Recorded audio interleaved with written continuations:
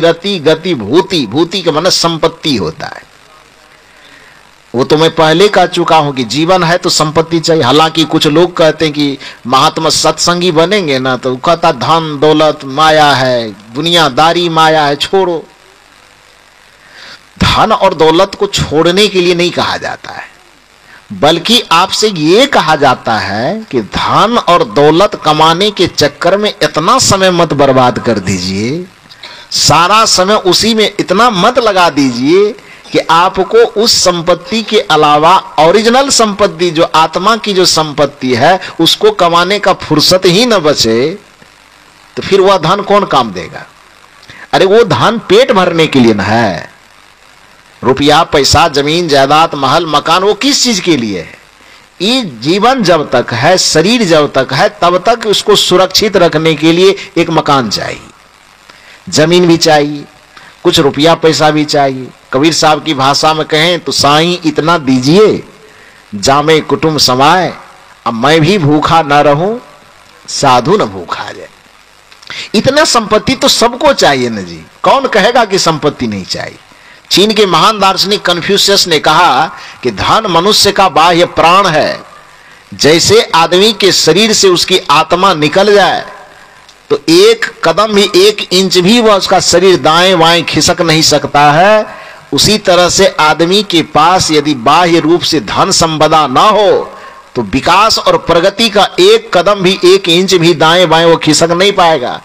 इसलिए अपने जीवन रहते अपनी समझ शक्ति और सामर्थ्य के अनुसार, अपनी योग्यता और क्षमता के अनुसार व्यक्ति को धन कमाने का प्रयास करना चाहिए।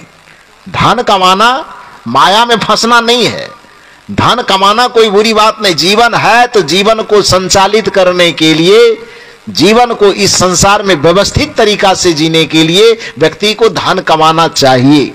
लेकिन साथ साथ यह धन ध्यान रखना चाहिए कि धन कमाने में ही इतना डूब नहीं जाना है कि उस धन के अलावा और कोई भी धन कमाना ही बात ही भूल जाए। क्योंकि जीवन दो चीज से मिलके बना है ना। आपके हमारे पास क्या चीज है जीवन में? दो चीज। क्या? एक शरीर और दूसरा इस शरीर में रहने वाली आत्मा, जिसको हम एक काया कहते हैं, दूसरे को हंसा कहते हैं। एक को हम क्षेत्र कहते हैं, दूसरे को क्षेत्रज्ञ कहते हैं। एक को हम प्रकृति कहते हैं, दूसरे को हम पुरुष कहते हैं। एक को हम जड़ कहते हैं, दूसरे को हम चेतन कहते हैं, यही कहते हैं। तो जब इन दोनों के संयोग से जीवन बना हुआ है तो आप जीवन में कुछ भी कीजिएगा तो एक ही के लिए कीजिएगा कि दोनों के लिए कीजिएगा? दोनों के लिए न करना होगा। अब एक के लिए खूब करते हैं और दूसरे के लिए कुछ नहीं कीजिएगा तो जीवन चलेगा? नहीं चलेगा। शरीर के लिए जीवन भर करते हैं लेकिन आत्मा के लिए कभी कुछ करते नहीं तो आत्मा रूठेगी कि नहीं रूठेगी? और रूठते रूठते एक दिन ऐसा होता है जो आपके शरीर को छोड़ करके चला जाता है, उस समय आपकी काया रो रो के करती। कबीर साहब ने बड़ा सुंदर कहा है, प्राण चलत काया कहे रोई, तुम तो हंसा चले अपने घर, हम कहाँ जायब बिगोई। प्राण चलत काया कहे रोई। जब आत्मा निकल करके जाने लगती है तब आपका पूरा शरीर मन इंद्रियां उस आत्मा से हाथ जोड़ के कहती भैया मुझे छोड़ करके मत जाओ, क्योंकि तुम यदि जाओगे तो फिर मेरी बड़ी दुर्गति होगी। आज तक जिसके हम मां बने हुए हैं, अब तुम एक बार निकल जाओगे 2 मिनट में लाश बन जाएंगे। आज तक किसी के नानी दादी काकी मामी बने हुए हैं, 1 मिनट में ही हंसा अंदर से निकल जाए, नानी दादी बने रहिएगा?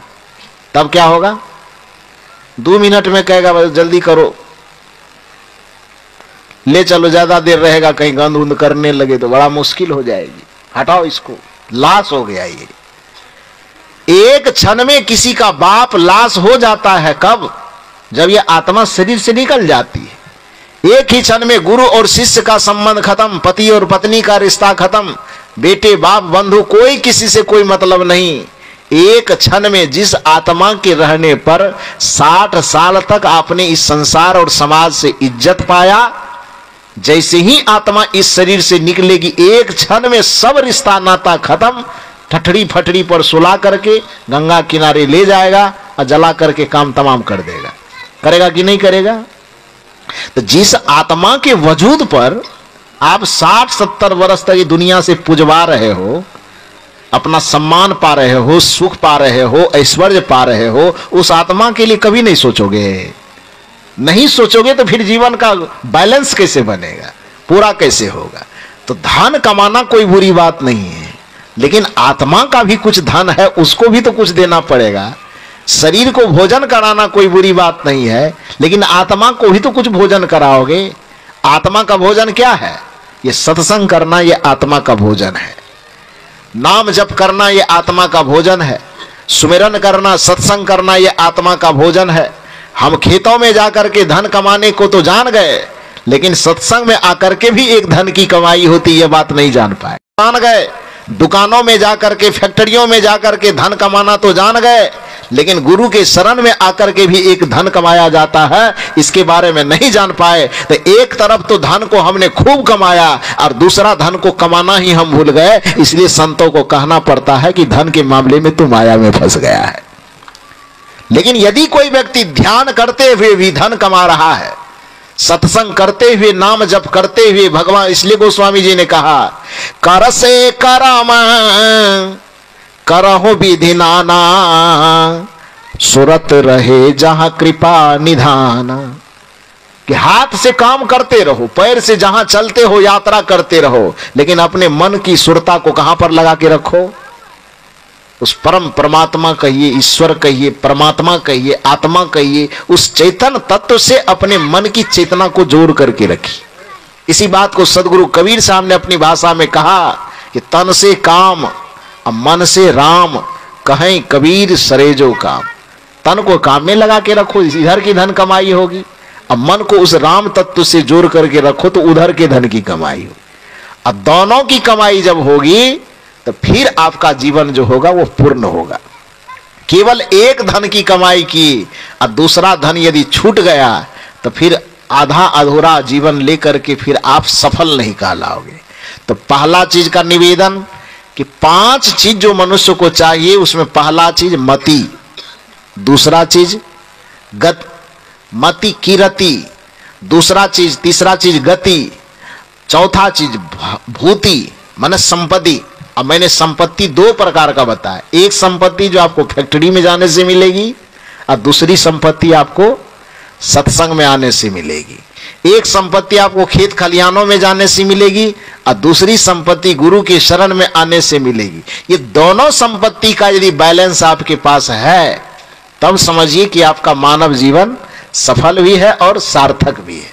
यदि ये नहीं है तो वही बात होगी कबीर साहब की भाषा में कि 184 भरम के पौ पर अटका आए, अब की पासा न पड़े तो फिर 84, दोबारा फिर 84 में चक्कर लगाने के लिए जाएंगे। तो ये दोनों संपत्ति चाहिए। तो 4 चीज हो गया, मति, कीरति, गति, भूति, और 5वां चीज है भलाई। जब तक जीवन व्यक्ति के पास है, अपने जीवन की भलाई कौन नहीं चाहता है? जिस परिवार के बीच में रह, कौन नहीं चाहता कि हमारा परिवार बढ़िया रहे, सुखी रहे, सुरक्षित रहे, घर परिवार समाज सब सुखी रहे। सबके मन की अभिलाषा है, सबके मन का अरमान है। तो ये 5वां चीज तो सब चाहते हैं, इसलिए इसकी व्याख्या क्या करना, मूल रूप से चाहिए कि 5 लाभ जीवन में सब कोई खोजता है। गोस्वामी जी ने कहा ये 5 लाभ खोजता है ना जी? सब लोगों ने कहा हाँ। लोगों ने कहा तो ये 5 लाभ एक साथ कहां मिलता है पता है? कौन से तीर्थ में स्नान करने से ये 5 लाभ एक साथ मिलता है? गोस्वामी जी कहते हैं मति कीरति गति भूति भलाई, जब जहां जतन जहां जेई पाई। यह धरती जब से बनी है तब से लेकर के अभी तक के इतिहास का अध्ययन करो, चाहे वह सतयुग रहा हो, त्रेता रहा हो, द्वापर रहा हो, कलयुग रहा हो, अब तक इस धरती पर जितने वक्त गुजरे हैं, उन वक्त के इतिहासों का पन्ना पलट करके देखो तो तुम्हें एक ही चीज मिलेगा कि मति की रति गति भूति भलाई, जब जहां जतन जहां जई पाई।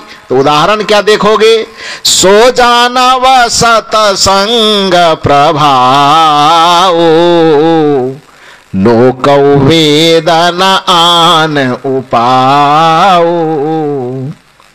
मति की रति गति भूति भलाई, जब जहां जतन जहां जई पाई, सो जानव सतसंग प्रभाव, लोक वेदन आन उपाओ।